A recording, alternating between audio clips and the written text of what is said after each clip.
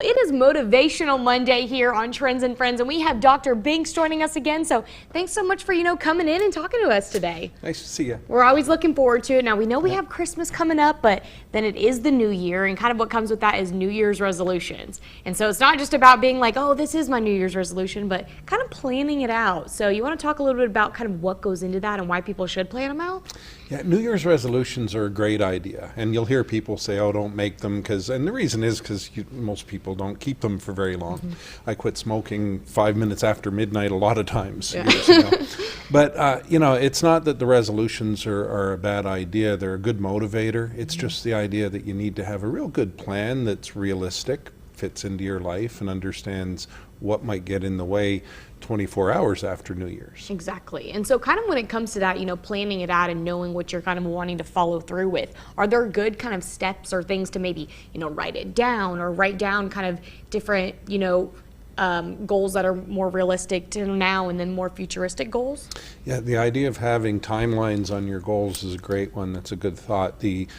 Picking something that's doable, even something as hard. I'll say smoking's, it's still people are trying to quit smoking. Cold turkey works for a very small number of people. Others, it's about, okay, I'm going to cut down by 2 the first week and 2 more the next week and things like that. If it's about exercise, figure out where you are now. If it's been 0 for a long time, don't try to do 7 days a week next month. Yes, kind of working up to it, not just trying to cut out everything all at once, because then that doesn't really last too long. It doesn't sustain as long. Yeah, correct. Okay. And I think understanding what motivates you is important.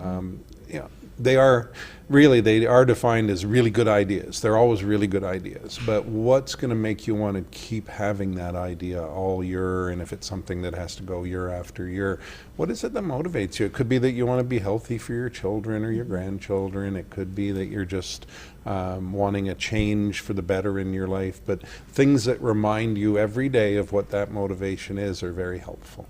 And so when it does come to that and kind of even figuring out what you do want to be your New Year's resolution, kind of taking those things into consideration, what is the best way to go about maybe picking one or maybe even picking a couple? Is it better to stick to one? Is it good to have a few?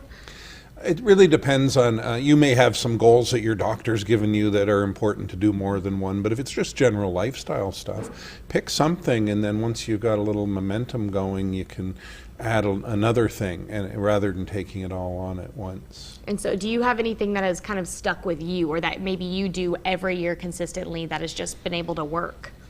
Yeah, well, I think just in general, taking a really realistic look at things when I work with people, because we just set ridiculous goals for ourselves. Yes. Humans are very proud of what we can plan, but the smallest steps are the ones that usually stick, and then it builds. If I have success on something this week, it gives me that energy, that positive, but if I set a big goal and fail, I'm just going to give up. All right, perfect. So stick to it, kind of figure out your motivation there and just follow through with it, but kind of work your way to what you're wanting to get to. Yes. All right. Well, thank you so much for coming and talking to us. We really appreciate it, and hopefully everyone can stick to their goals this year. That's right. All right.